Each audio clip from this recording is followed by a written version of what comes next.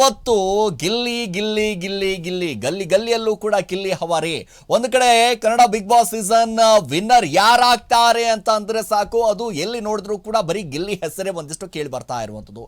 ಈಗಾಗಲೇ ಗಮನಿಸ್ತಾ ಇದ್ದೀವಿ, ಗ್ರ್ಯಾಂಡ್ ಫಿನಾಲೆ ಇನ್ನೇನೋ 2-3 ದಿನ ಬಾಕಿ ಇರುವಂತದ್ದು. ಈ ಬಾಕಿ ಇರಬೇಕಾದಂತಹ ಸಂದರ್ಭದಲ್ಲೇ ಯಾರು ಈ ಸೀಸನ್ ನ ವಿನ್ನರ್ ಆಗ್ತಾರೆ, ಯಾರು ಆಗಬೇಕು ಅನ್ನುವಂಥದ್ದು ಅಭಿಮಾನಿಗಳು ಕೂಡ ಸಿಕ್ಕಾಪಟ್ಟೆ ಮಾತಾಡಿದ್ದಾರೆ. ಗಿಲ್ಲಿ ವಿಚಾರ ಎಷ್ಟರ ಮಟ್ಟಿಗೆ ಸದ್ದನ್ನ ಮಾಡ್ತಾ ಇದೆ ಅಂತಂದ್ರೆ ನಿಜವಾಗ್ಲೂ ಕೂಡ ನನಗನ್ಸುತ್ತೆ ಇಷ್ಟು ಸೀಸನ್ಗಳಲ್ಲಿ ಈ ರೀತಿಯಾದಂಥ ವ್ಯಕ್ತಿಯ ಹವಾ, ಈ ರೀತಿಯಾದಂಥ ಅಭಿಮಾನ, ಈ ರೀತಿಯಾದಂಥ ಪ್ರೀತಿಯನ್ನು ತೋರಿಸ್ತಾ ಇರುವಂಥದ್ದು ಗಿಲ್ಲಿಗೆ ಮಾತ್ರ ಅಂತ ಅನಿಸುತ್ತೆ.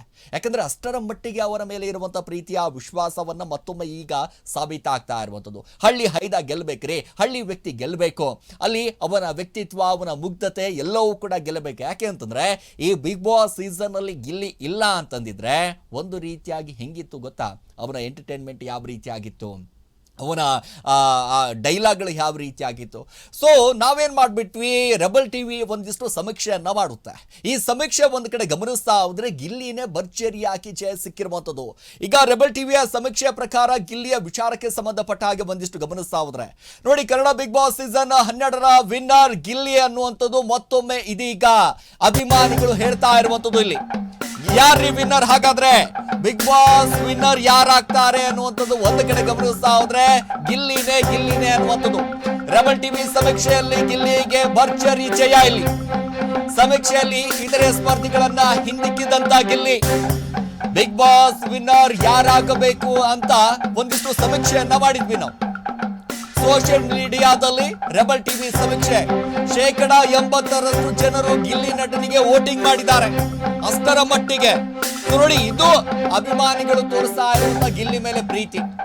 ಅಂದ್ರೆ ಬಿಬಿಕೆ ಸ್ಪರ್ಧಿ ಅಶ್ವಿನಿ ಗೌಡಗೆ 6ರಷ್ಟು ವೋಟಿಂಗ್ ಬಿದ್ದಿದೆ. ಬಿಗ್ ಬಾಸ್ ಸೀಸನ್ 12ರ ವಿನ್ನರ್ ಯಾರಾಗಬೇಕು, ಸೊ ಅದರ ಜೊತೆಗೆ ರೆಬಲ್ ಟಿವಿ ಜೊತೆ ಕರೆ ಮಾಡಿ ಮಾತನಾಡಿ ಸಾಕಷ್ಟು ವಿಷಯಗಳ ಬಗ್ಗೆ, ಬಿಗ್ ಬಾಸ್ ವಿಚಾರಕ್ಕೆ ಸಂಬಂಧಪಟ್ಟ ಹಾಗೆ ಯಾರು ವಿನ್ ಆಗಬೇಕು, ಯಾರ ಆಟ ಯಾವ ರೀತಿ ಆಗಿತ್ತು ಅದೆಲ್ಲವೂ ಕೂಡ ಮಾತಾಡೋಣ. ನೋಡಿ, ಈಗಾಗಲೇ ಗಮನಿಸ್ತಾ ಹೋದ್ರೆ ಈ ಸಮೀಕ್ಷೆಯನ್ನ ಮಾಡ್ತೀವಿ. ಆ ಸಮೀಕ್ಷೆಯಲ್ಲಿ ಅತಿ ಹೆಚ್ಚು ಓಟನ್ನ ಪಡೆದಿರುವಂಥದ್ದು ಯಾರು ಅಂತಂದ್ರೆ ಅದು ಗಿಲ್ಲಿ ಕಣ್ರಿ. ಅವನ ಮೇಲೆ ಇರುವಂಥ ಪ್ರೀತಿ, ಅವನ ಮೇಲೆ ಇರುವಂಥ ವಿಶ್ವಾಸ, ಅವನು ಮಾಡಿರುವಂಥ ಎಂಟರ್ಟೈನ್ಮೆಂಟು ಎಲ್ಲರಿಗೂ ಕೂಡ ಬಹಳಷ್ಟು ಇಷ್ಟ ಆಯಿತು. ಅಷ್ಟರ ಮಟ್ಟಿಗೆ ಎಂಟರ್ಟೈನ್ಮೆಂಟ್ ಮಾಡ್ದ, ಅಷ್ಟರ ಮಟ್ಟಿಗೆ ಕರ್ನಾಟಕ ಜನತೆಯನ್ನು ಮನರಂಜಿಸಿದ. ಕೇವಲ ಕರ್ನಾಟಕ ಜನತೆ ಮಾತ್ರ ಅಲ್ಲ, ಬೇರೆ ಬೇರೆ ರಾಜ್ಯದ ಜನರು ಕೂಡ ಗಿಲ್ಲಿನೇ ಗೆಲ್ಲಬೇಕು ಅನ್ನುವಂಥದ್ದು. ಕೇವಲ ಇಲ್ಲಿ ಮಾತ್ರ ಅಲ್ಲ, ದುಬೈನಲ್ಲೂ ಕೂಡ, ಹೊರದೇಶದಲ್ಲೂ ಕೂಡ ಗಿಲ್ಲಿಯ ಹವಾ ಅಷ್ಟರ ಮಟ್ಟಿಗೆ ಇಲ್ಲಿ ಎದ್ದು ಕಾಣಿಸ್ತಾ ಇತ್ತು.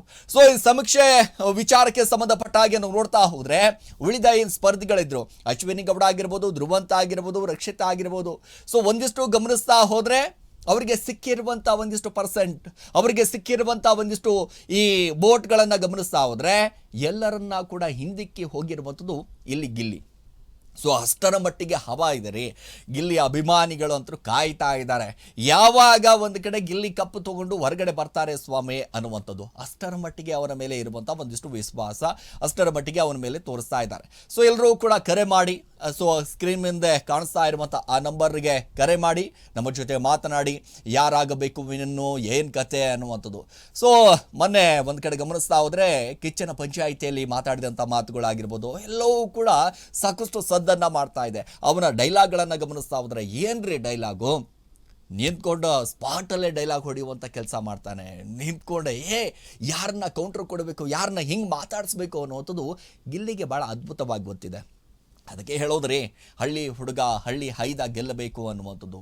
ಈ ಬಾರಿ ಕಪ್ಪು ಒಂದು ಕಡೆ ಗಿಲ್ಲಿನೇ ಗೆಲ್ತಾರೆ ಅನ್ನುವಂಥರ ಮಟ್ಟಿಗೆ ಅಷ್ಟರ ಪ್ರೀತಿಯನ್ನು ಈಗ ಕಾಣಿಸ್ತಾ ಇದೆ. ನೋಡಿ, ಈಗ ಮೊನ್ನೆ ಒಂದಿಷ್ಟು ಟಕರು ಟಮಟೆ ಏಟು